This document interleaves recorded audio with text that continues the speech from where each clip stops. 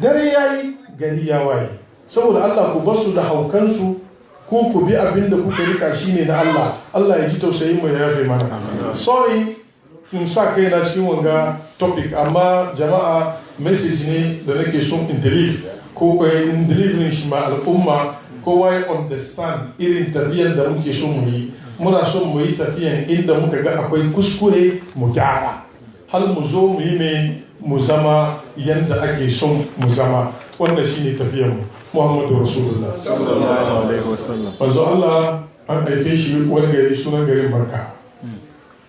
A da ana kiran sunan garin wani abu mutane? Na fara.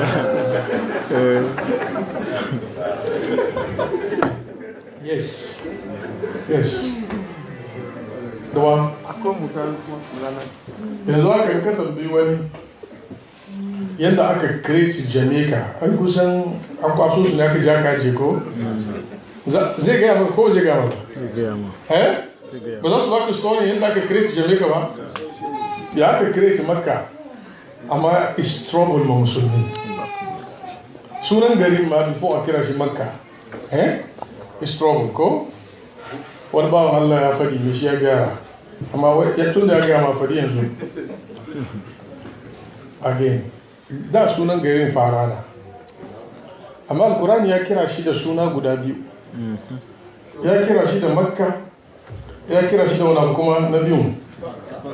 Masha Allah, inna awwal baitin wudi'a lin-nasi lallazi bi bakkatin mubaraka. Allah ya kira shi Bakka, ya kira shi mai kuma Makka.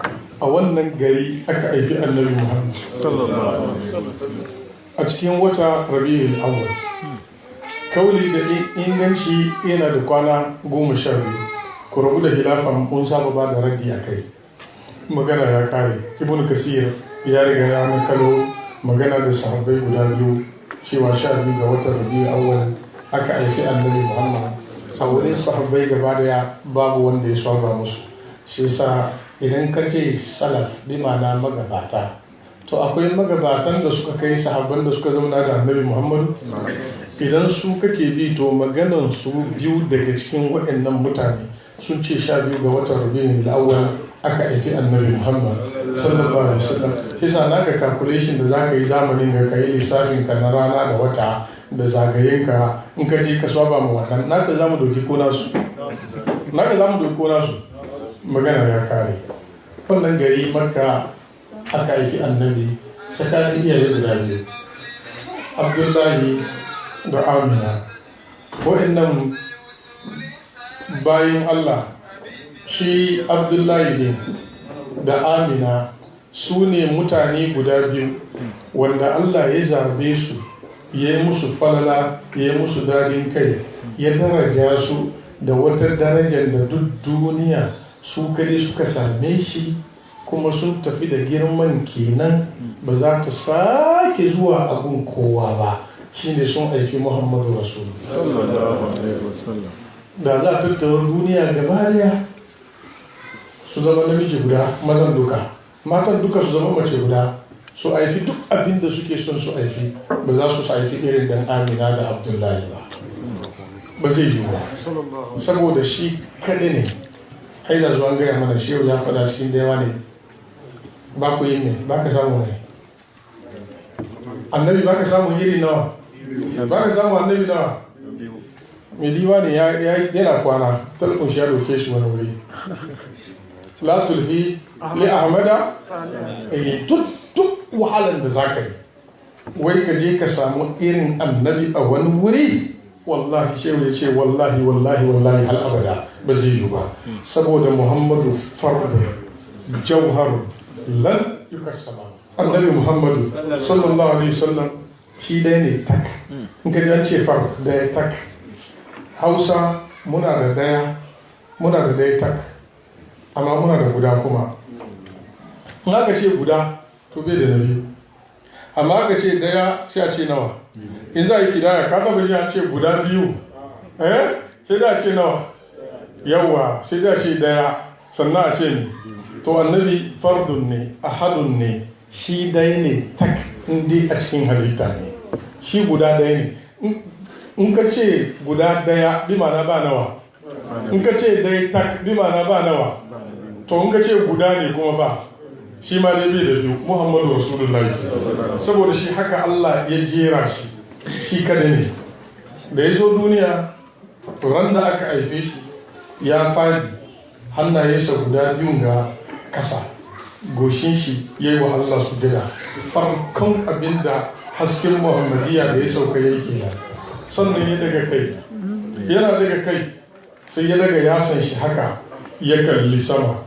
Sa'an nan unguwan zoma tana kallon shi, bakin na motsi, manzo Allah yana ikirarin kalmar tauhidi.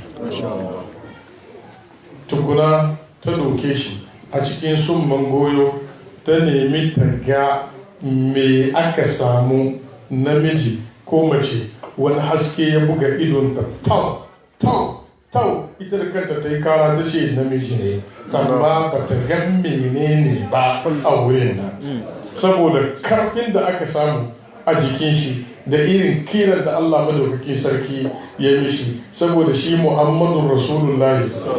Wannan sifa, wannan wuri da Allah ya kireti ma kowane irin namiji, idon wani ya yi kaɗan ya duba wannan wuri tun zuwan shi duniya. Don haka Allah bai yarda an yi mai kakiya ba kan ya zo da kakiyar shi ya zo. Da ya sauka an yanke mishi cibi, sannan gefen kirjin shi Amina tana kallo lokacin da mala'iku suka shimfida shi, suka kawo wani farin kyalle, suka bude shi, sai suka fidda wani stamp a ciki, sun ka dibiya cikin wani tasa, suka doke suka dangwara a kirjin Annabi Muhammad ta dama. Wannan shine khatimin nubuwa da Shehu Malam Hamis Dazu ya ba mu labari, wanda shine sababin musuluntan da yawa daga cikin ainihin Yahudu, domin an ba su labari cewa yana da tambarin annabci a kafadar shi. Nana Amina tana kallon lokacin da mala'iku suka sauka da farin kyallin, suka bude, suka dauko wannan tambari, suka dibiya bisa kan kafadar Annabi Muhammad sallallahu alaihi wasallam. Ta riga ta gama ba da labari tun daukan cikin shi har ran da ta haife shi, babu wani abin da ta ji na amai ko ciwon kai ko ciwon baya ko nauyin jiki. Abin da ya sa ta san tana da ciki saboda al'adar da ya saba zuwa bai zo ba, shine kawai abin da ya differentiate mata halinta. Hal aka zo cikin ya so mai yana girma zuwa lokacin da ta haifi Annabi Muhammad sallallahu alaihi wasallam. A wannan dare, a lokacin da za ta haife shi, ba kowa a gida, shi daya ita kadai ne a cikin daki. Kuma kun san wata in ya kai 12 to ya fara haske, domin zai saurin shi kwana 2 ya cika sam. Shi sa hasken watan na da karfi kwarai da gaske. Lokacin nan kakan Annabi Muhammadu Abdulmuttalibi ya tashi ya tafi Kaba, ya je yana addu'a yana roƙon Allah, idan Allah ya sauke Amina lafiya, in ya ba ta da namiji zai sa mishi suna Muhammad. Yana cikin wannan hali aka kira shi, aka zo aka ce da shi Amina ta haifu. Da zuwa sai ya doke shi, sai ya ce na sa mishi suna Muhammad. Nana Amina ta yi mamaki, domin lokacin da take da cikin an ce mata idan kin haife shi ki sa mishi Muhammad, saboda shi abin da ke wurinta na ainihin ruya da ilhama, Allah madauki sarki ya mishi ilhama. An ce sirrin ya sa mai wannan suna, yayin da ya yi tafiya an ba shi labari cewa lokaci ya yi da za a fi annabin karshen zamani, kuma zai fito a garin Farana, zai fito cikin Qurayshawa, a cikin kabilan, a cikin 'ya'yan Qusayyi ibn Kilab, shi kuma cikin wannan zuri'a ya fito, amma uwarsa za ta fito cikin kabilan Banu Zuhra ne, amma wannan yaro sunan shi Muhammad. Sai ya dauki alkawari duk wani da namiji da za a haifi mishi cikin dangi zai sa mishi wannan suna. Don haka da dawowar shi sai ya wuce garin Banu Zuhra, ya je ya auro mace. Wannan mata da ya auro ita ta zo ta haifi mishi da namiji, shine Hamza. Yayin da aka haifi Hamza ba shi nan, sai sa dan uwan shi ya sa ma Hamza suna, bai san Muhammadun ba ya sa mai Hamza. Sai sa yana dawowa lokacin da zai ma Abdallah aure ma'aikin annabi Muhammadu sai koma banu zuhra kuma ya je nan Allah ya kaddara sai ya samu Amina don haka mai sunan Allah ya bar mai sunan shi yadda Allah ya ga dama kenan ba ka da Muhammadu farko da shine Hamza wannan shi yasa uwan Hamza ta fito ganin banu zuhra ne don inda baban shi je auro kenan da zai sake yi madan shi aure sai ya je wurin kuma da ya tafi sai je jamo uwar Muhammadur Rasulullah sallallahu alaihi wasallam yasa sai ya ambace shi da suna Muhammad yana zuwa Qurayshawa na ce mishi me kasa madanka kuna ji da kyau mai suka tambaye shi danka alhalin wani abu shi ne jikansa ne ai ko a ilimin gado danda ko ba haka nan ba yana gadon kakan shi kamar yadda wani abu uban shi yake gado matukan bai da wanda ya mishi ne hijabi sai sa ku bar cewa baba in ka ji baba duka shi ka doke ka sa mai yadda kake so ku rabu da su da wannan magana karatun ne in ba su yi da yawa ba sai suna faro aiki kuma sun ce ba karatu ake yi ba to tun da ba karatu ake yi ba ai dole a faro aiki inda sun yadda ana yi to da sun yi da kyau da sun gane yadda kalmar take to wannan shi ce ya sa mishi Muhammad sai suka tambaye shi wannan bakon suna ne cikin Qurayshawa cikin duk sunan kakannin ka baka zabin sunan wani zalimi ka sa yace na sa mishi ne li kuma da sha'ani na sa mishi ne domin a rika yabon sha'ani sa gaba ya zama abin yabo wannan shine abin da yasa na sa mishi suna shi zatonsa ya tabbata bisa kan wannan suna don haka ana son aka haifi maka yaro ka sami abin alheri ka kira yaron karshe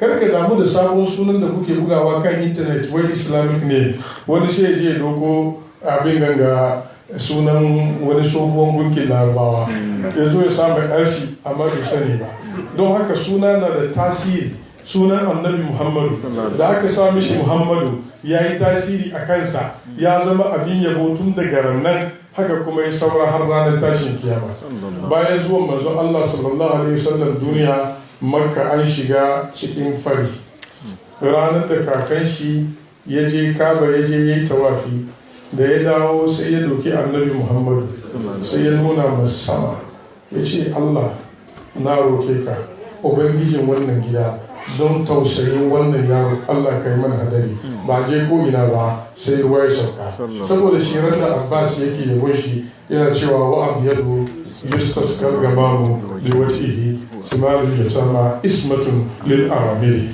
annabi Muhammad sallallahu alaihi wasallam tun yana jinjirin shi idan an daga shi aka nuna sama aka ce Allah ubangijin Kaaba don tausayin wanga kai mana ruwa Allah yana saukar da hadari saboda annabi Muhammad sallallahu alaihi wasallam kamin ya zo duniya idan an kira sunan shi Allah yana ba da nasara da zu malam Hamis ya gaya mana Yahudawa sun san wa annabi Muhammad sallallahu alaihi wasallam kamin ya zo amma da ya zo sai suka kafirce alkur'ani yana gaya mana wannan kisa nassan a cikin alkur'ani da girma Allah madaukaki sarki ya ba mu labari idan sun samu rigima tsakaninsu da yahudawa da kuma larabawan madina wa kanu min kablu yastaftihuna kana ji da kyau